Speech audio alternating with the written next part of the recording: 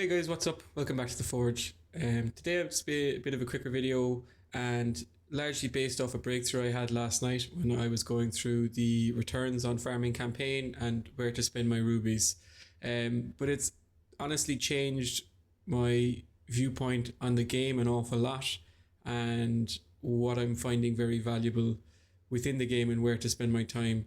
And it has also sped up my account progression massively and hopefully will help me push further into adventure campaign much quicker than what I was doing previously.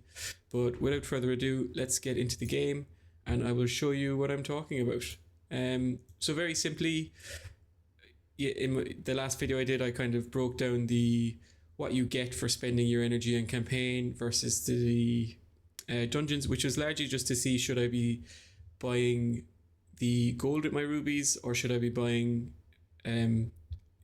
energy. And the simple answer is you should be farming just energy.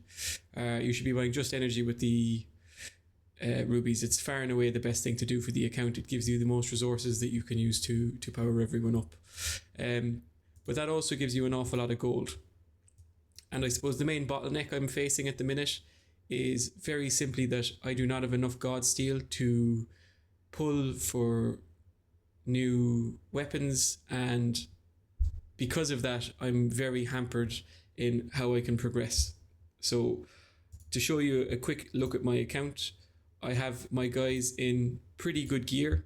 So crit percent, HP percent, speed, crit and attack. So all my characters are quite well geared. Obviously if I could get higher level pieces I would, but taking a higher level piece for losing crit percent in the substat just is not worth it. So while I can potentially get more gear, I feel like it's in a good enough spot that I shouldn't need to. And all of my characters are in decent gear. They're enabling their kits.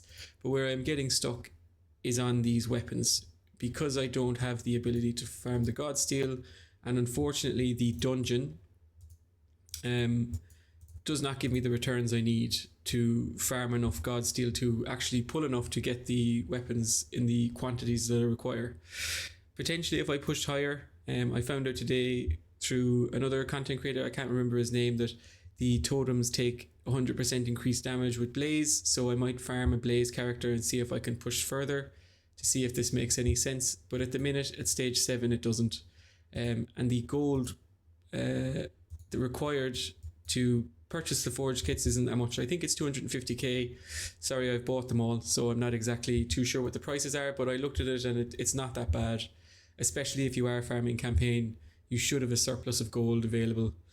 And it also kind of opened my eyes to the alchemy crates. If you're farming campaign, you're getting more from your energy, you are getting XP, you are getting gold, and then you can put that extra gold into alchemy crates and probably get a lot more back from that gold than you would from the energy from farming the ascension dungeons.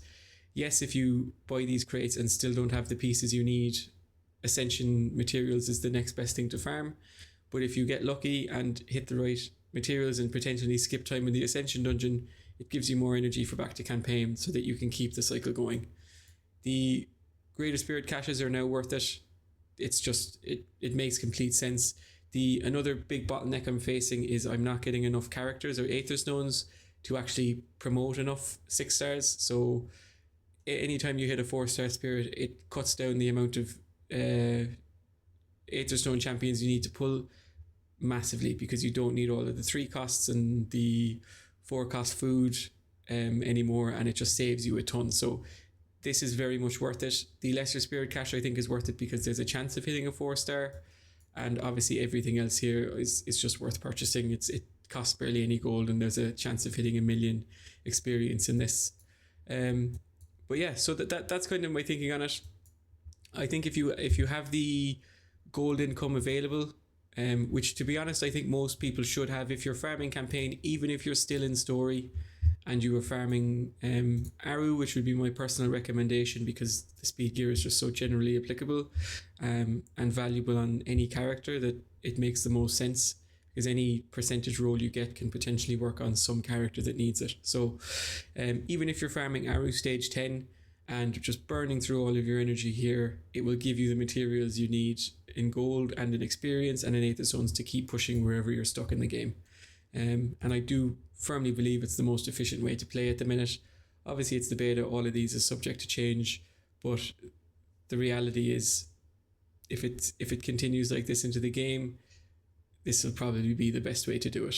And a little side tip just for anyone who didn't watch the last video, if you are really desperate for energy and you want to make as much progress as possible in the store, the most efficient thing you can buy for more energy, I haven't claimed this today, is actually these partial energy refills. So how this works is you get 20 energy for every 6 rubies, which it breaks down to like 3.3 rubies, or 3.3 energy per ruby, and the energy refills give you 100 energy plus your levels. So I'm level 43, so I would get 143 energy, and if you divide that by 50, it doesn't give you the same return as these partial refills. Yes, clicking through this takes an absolute year, and I don't think it's worth doing it. I will be purchasing the refills, but if you are really desperate for energy and you want to progress, it is an option that's there for you. But yeah, if you found this helpful, let me know. Today I've managed to pull 600 God Steel, which I instantly forged weapons from and managed to hit some copies, and I've instantly noticed the difference in my team.